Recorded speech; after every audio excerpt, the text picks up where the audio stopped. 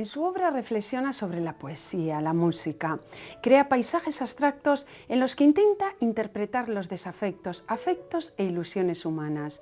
Se intuye cierta poética existencial, pero teñida de belleza. Su arte es una manera de conocimiento, aunque se muestre en sutiles veladuras. Hoy nos acompaña el artista valenciano asentado en Lugo, Luis Moscardo.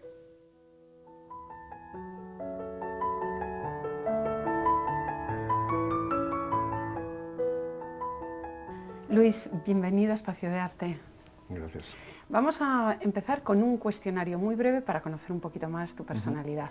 Te mueves entre la luz del Mediterráneo y la humedad de la Terra Cha, en definitiva, emigrando como los pájaros. Un poco sí, pero he elegido precisamente, la diferencia, el contraste entre la luz del Mediterráneo y las nieblas que hay aquí en Terra Cha, precisamente por el contraste y por la diferencia, ¿no? ¿Y por qué un valenciano se instala en Galicia? Imagino que es por elección, porque te gusta, porque te sientes bien. ¿Una ciudad y un paisaje predilecto? Pues posiblemente el norte, por ejemplo, Santiago es una de las ciudades que más me gustan. Para ti, sin la poesía y la música, ¿cómo sería el mundo? Pues muy oscuro. ¿Tu comida favorita? Pues me gusta prácticamente casi todo, pero la carne precisamente. ¿Me puedes citar un museo que te haya impactado? Sí, la Fundación Serralves, por ejemplo. Me encanta, me parece un sitio delicioso y además es de una medida bastante humana. ¿Y una película especial y un libro de cabecera? Pues una película, seguramente Voces espirituales de Sokurov, que es un cineasta que a mí me apasiona y prácticamente casi todas las obras de Sokurov me encantan. Pero posiblemente Voces espirituales, que es una película larga, muy larga, me encanta, me parece una película deliciosa y densa. ¿Y ese libro de cabecera? Ese libro, tengo varios, lo que ocurre es que depende del momento, y ahora por ejemplo estoy revisando En busca del tiempo perdido, que lo he vuelto a releer y estoy emocionado con él otra vez, pero lo leí hace ya 20 años, he vuelto a retomarlo ahora y me parece estupendo. ¿Qué virtud aprecias más en el ser humano? La honestidad. ¿Y qué pesa más en ti, el rencor o el olvido? El olvido. Muy bien, buena persona entonces. El olvido. Tú que has expuesto en Arcolón, Archicago, en Arco, ¿se ha acabado eso de ir de feria en feria?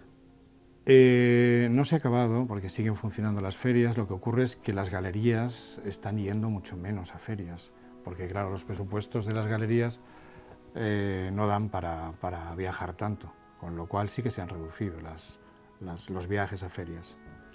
Pues ahora vamos a adentrarnos en tu muestra, en A Punto de Fuga, que lleva por título Mirar por dentro para descubrir qué.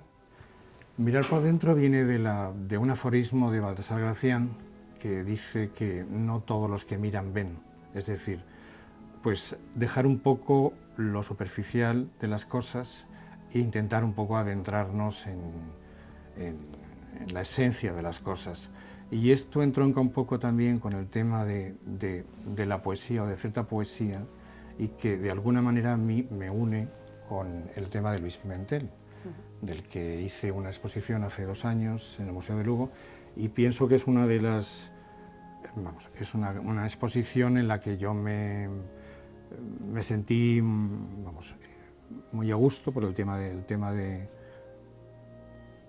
Luis Pimentel, de cómo lo traté, de cómo lo... ¿Cómo lo tratas tú? ¿Cómo miró él la España? ¿Cómo abordó él el tema español en los años 40 y 50? ¿Y cómo lo abordas tú desde otra arte? Sí, nunca una mirada, la mirada del artista puede ser literal, siempre tiene que ser un poco transversal, es decir, tú puedes leer a un poeta y a partir de lo que tú extraes de ese poeta, de lo que te sugiere, tú puedes interpretar o puedes hacer lo que tú crees que debes de hacer con el tratamiento de las imágenes que te interesan. Y entonces, en el caso de Pimentel, a mí es un poeta que me ha emocionado bastante. Es un poeta que tiene una mirada sobre las cosas muy tierna, y luego vive en una España en la que en los años 40, claro, lógicamente, esa España era una España muy dura. Y en Galicia todavía, imagino que en Lugo todavía era más duro. Entonces, la mirada de Pimentel sobre lo que le rodea, siendo que él era médico, su profesión era de médico, con lo cual tenía una mirada sobre las cosas muy humana. Entonces a mí eso me parece muy eficaz a la hora de él cómo escribe los poemas. Luego hay una parte que es más comprometida, y posiblemente sea la de las cunetas, que ahí sí que él intensifica un poco su posición a nivel de comprometerse más, puesto que él forma parte de una vanguardia literaria en los años 40 en Lugo, y ahí sí que Pimentel se compromete más socialmente o políticamente. Honda impresión causada por la poesía de Luis Pimentel, también te ha causado a ti eso, una profunda impresión, las pinturas funerarias de Alfayón. Yo creo que, bueno, pienso que las influencias que recibimos, cualquier persona que sea receptiva, que sea creativa además, creo que todos son influencias que están fuera, y en cualquier momento puede ser o puede pasar que veas una exposición que te emocione, o en el caso de Alfayón son una serie de retratos de la época tardorromana, yo creo que es, y entonces sí, es como una representación de un intento de atraparla, de retener la muerte, de enfrentarte a la muerte, ¿no? Porque son los retratos que acompañan los difuntos y tal.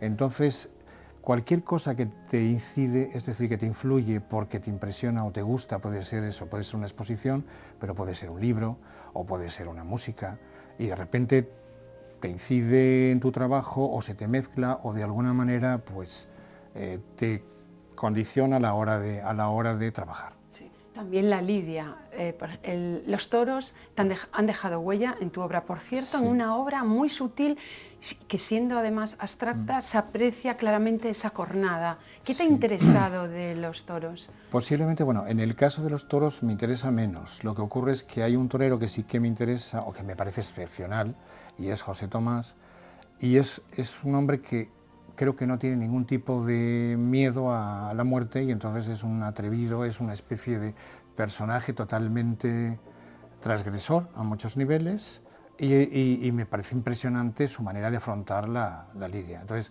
he visto algunas imágenes de él y me parecen tremendas, o sea, excepcionales, ¿no? Vamos a otras imágenes. Vemos esta especie de esculturas que realmente están hechas con papeles, papel de cáñamo, papel de arroz. Son papeles especiales en los que el tiempo realmente ha hecho su labor.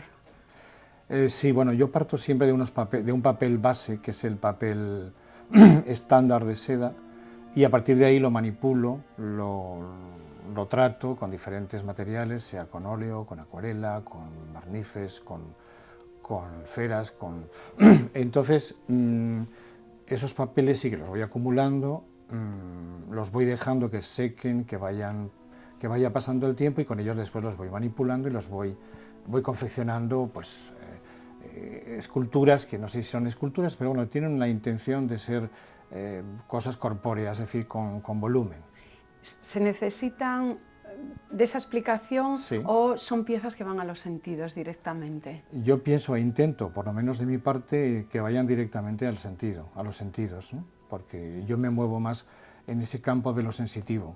Sí, como ese CEO de Farrapos. Sí, por ejemplo, el CEO de Farrapos es la exposición que hice sobre Pimentel, y que creo que Cielo de Harapos o CEO de Farrapos creo que explicaba perfectamente un poco cuál es esa situación en el caso de la poesía de Pimentel, que era creyente en aquel entonces.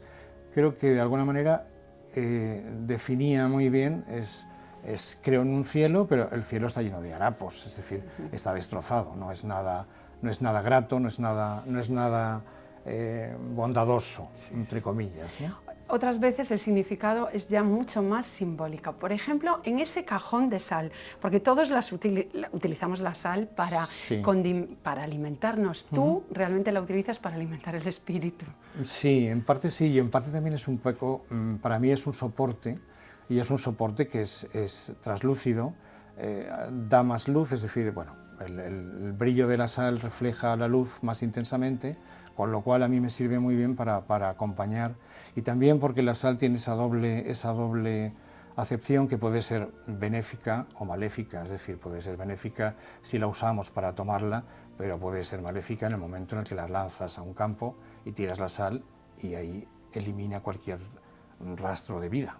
O si somos supersticiosos en el momento que se derrama en una mesa. Exactamente, pero bueno, sí es una cuestión de creencias personales. Hacemos un breve paréntesis y vamos a escuchar a la profesora y escritora Margarita Ledo, y le vamos a formular esta pregunta: ¿qué valoración hace del paisaje y del tiempo en la obra de Luis Moscardó? Cada vez que ollas unha obra de Luis Moscardó é como se non fose a mesma obra que ollaches un momento antes. E eu coido que pola cantidade de inestabilidades e de incertezas con que xoga Moscardó. A paisaxe é unha paisaxe outoniza, é unha paisaxe en devalo, é unha paisaxe migrante, son cores migrantes, son tons migrantes en transformación,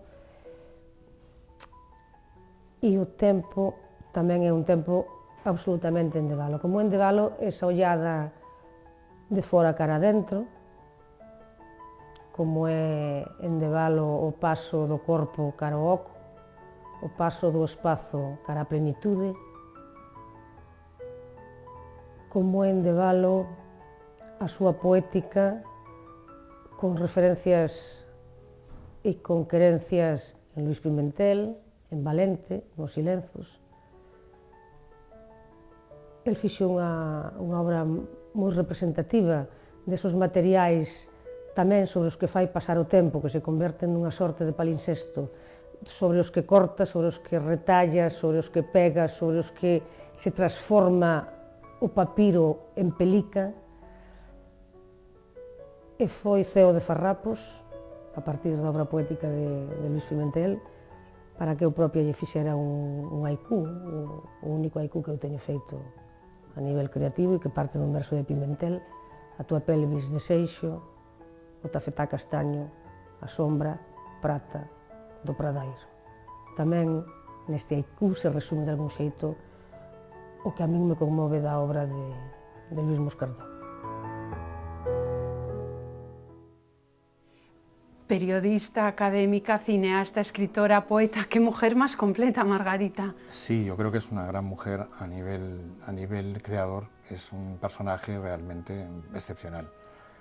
Y yo he tenido la suerte de colaborar con ella en algunas cosas, entonces incluso recuerdo haberla visto en acción cuando ella ha estado rodando la película de Lister, pronunciado Lister, no, Lister, pronunciado Lister, allí en Caso de Rey, y es una mujer impresionante. Bueno, pues el paisaje es, yo creo que el leitmotiv de tu obra. A veces ese paisaje lo ha inspirado la música. Véase Viaje de invierno de Schubert. Bueno, nos remitimos a una serie mucho más anterior. Sí. Bueno, lo del Viaje de invierno es una serie de hace, no sé, 4 años quizás. Técnicamente la resolución es otra, es todo óleo sobre lienzo, y sí que está inspirado sobre una serie, sobre unas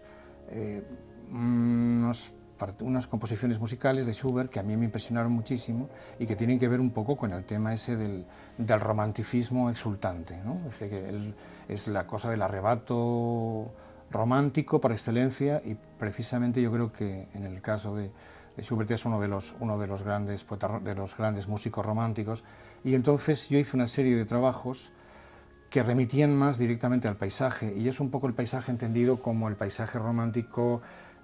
Pues a mí hay una serie de autores que me emocionan, me han emocionado siempre, como a muchos de nosotros, que es pues hay Hölderlin como poeta, sí, y Friedrich es como pintor. Entonces, bueno, ahí había una especie de, bueno, una referencia a ese paisaje extraordinario y arrebatado y romántico en el que es extremo todo, la naturaleza es extrema, los colores son extremos.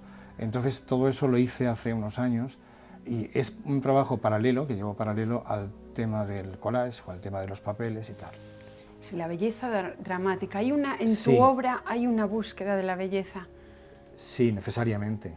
Yo por lo menos me muevo siempre en esos parámetros. La belleza es necesaria. Un artista muy vinculado a Terracha. Tienes una casa en Castro de Rey Sí. y allí abres una galería muy curiosa que lleva por título Quiero una vaca. Bueno, la has inaugurado con un artista amigo, con Jorge Calda, y sí. allí habéis hecho, bueno, primero decir Sí. que esto era un antiguo establo, pero no un establo de estos de antes, sino muy modernizado. Sí. ¿Cómo era ese espacio y en qué lo habéis convertido? La idea esta en realidad es una comunidad, queremos hacer una comunidad de artistas. Es decir, lo que era antes un establo de una granja, y luego habían efectivamente otras dependencias que eran parte de esa misma granja, en la que una de las dependencias se convirtió en un taller que era tanto de Bernardo como mío, de Bernardo Tejeda. Como Sí, vamos a decir, porque con Bernardo Tejeda llevas muchísimos años Sí. trabajando juntos, Sí.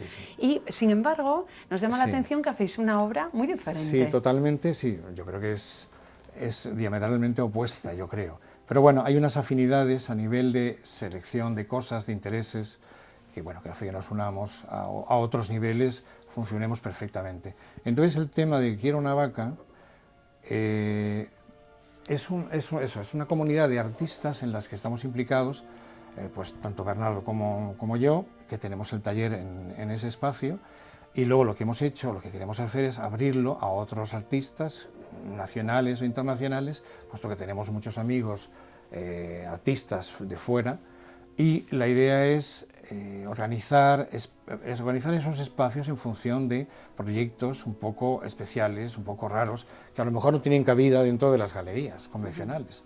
Entonces sí que queremos empezar a plantear, bueno, pues ahí hay una serie de personas que están vinculadas por una cuestión tanto de trabajo como afectiva también, si son amigos, o son conocidos pero muy amigos y tal, Iván Prieto, o Mónica Drastoy, o Marcus Dunn. Toda esta gente están un poco, esperemos que estén más aliados con nosotros para que la cosa después más adelante funcione y podamos desde ahí, desde esa plataforma, lanzar pues una serie de propuestas extrañas cuanto menos, y cuanto menos atrevidas, evidentemente. Sí, porque por ejemplo, Ortopedia y Furia, ¿cómo se Sí, casa eso esto? es un proyecto que llevamos, que lo seguimos llevando porque creemos que lo vamos a continuar, Jorge, Carla y yo. Entonces ya empezamos en Valencia a hacerlo, y era un poco, pues bueno, las cosas que en la naturaleza no son correctas según el canon oficial, se corrigen mediante ortopedias. Entonces las ortopedias se colocan cuando alguien no está dentro de los parámetros, digamos, legales u oficiales. Y nosotros un poco hemos intentado, bueno, aparte de intentar esbozar otras primeras esculturas, tanto para Jorge como para mí, a nivel 3 dimensiones, pues al margen de eso, también es enseñar un poco ese trabajo que es el condicionante para poder rectificar las cosas que no están bien en la naturaleza. Pero nosotros usamos nuestro lenguaje, que es el plástico, y en el caso del plástico pues simplemente es la cuestión de la materia clásica, que es el óleo y el lienzo, y en otro caso son materias efímeras, en el caso de las esculturas, puesto que la intención nuestra es seguir, pero bueno, van a ser efímeras. Ahí en esa ortopedia de la naturaleza tienes que meter a Cristian Villamide, porque además es de Lugo y tiene una obra larga sobre el tema. Sí, lo conozco, sí, lo sé. Sí, además él es de los que usan, bueno, sí, usa prótesis prótesis para, es verdad. Para tal, pues es cierto, ya sabes. Cierto. Una cosa que nos llama la atención al ver tu reciente muestra aquí es que es el enmarcado. ¿Por qué es mínimo? ¿Es en una cajita o un mínimo reborde porque sobran lo superfluo, lo exterior? Sí, porque pienso que las piezas lo que tienen que hacer es contar las cosas por sí mismas sin aditivos, o con los mínimos aditivos, simplemente para presentarlas y para que la gente vea bien los trabajos, pues que sean correctos, pero que no le añadan absolutamente nada, con lo cual, por eso esa necesidad de lo mínimo, de lo minimal, para que sea lo más escueto posible, que lo que cuente, si tiene que contar algo, que lo cuente la obra, no lo cuenten los marcos, no lo cuenten los añadidos. Sí. Este cambio de aires, de Valencia a Galicia, ¿ha influido realmente, y sobre todo tu estancia en el campo, en tu obra? Sí, yo creo que sí. Además, de hecho, yo nunca había mirado el paisaje. Posiblemente, quizás ahora estoy otra vez en el tema del collage y estoy un poco más antropomórfico, es decir, estoy más con la figura humana y sus derivados. Pero los últimos 10 años que recuerdo haber hecho un montón de obras para pues, diferentes ferias y exposiciones y tal, en Barcelona, en Valencia, en las que el paisaje, evidentemente, es de clara influencia gallega, es decir, esa ambigüedad que hay en el paisaje gallego, esa posibilidad de entrever cosas que no existen, es decir, la niebla te permite entrever cosas, pero no las ves claramente, con lo cual, si tienes un poco de imaginación, lanzas la imaginación y puedes ver fantasía pura, es decir, puedes ver cosas increíbles en la naturaleza, ¿no? Pero claro, eso es propio del paisaje gallego, y yo eso hasta que no he estado aquí, y sí, además aquí tienes tiempo, el paisaje influye muchísimo, pero yo soy consciente de que aquí tienes tiempo de poder ver a lo largo del día las nubes, el cielo, la lluvia, en fin, hay una relación completamente diferente a la que tú te mueves en la ciudad, y aquí es otra dimensión. Bueno, pues ya para terminar, porque no nos queda más tiempo, Sí. mirar aquí, pero si miras alrededor del mundo, ¿qué propuestas te resultan más interesantes en el arte a nivel internacional? A nivel internacional, no lo sé, yo siempre pienso que las cosas que te interesan son las que están más cerca de ti por afinidades y por intereses. Entonces, así en general me interesa cualquier cosa, lo que ocurre es que pienso que las cosas simplemente tienen que ser creíbles y de verdad. Y si no son creíbles y no son de verdad, me da igual que sea una instalación, que sea una fotografía, que sea... Es decir, el espectro es amplio, pero tiene que tener una calidad y tiene que ser honrado, tiene que ser honesto. El trabajo de cualquier persona tiene que ser honesto. Bueno, pues Luis, ha sido un placer tenerte aquí. Ya nos dejas, ya te vas para Valencia y gracias por haber retrasado tu viaje. Nada, gracias a vosotros. Sus pinturas parecen clamar aquello de nada de este mundo me es ajeno. Una obra sutil y tremendamente delicada, que utiliza aquel aforismo de Gracián: no todos los que miran ven, aprendan a mirar, sobre capa y capa se esconde mucho. No se pierdan esta cita a punto de fuga, que es que además está a punto de terminar. Nos vemos como siempre la próxima semana para seguir hablando de arte.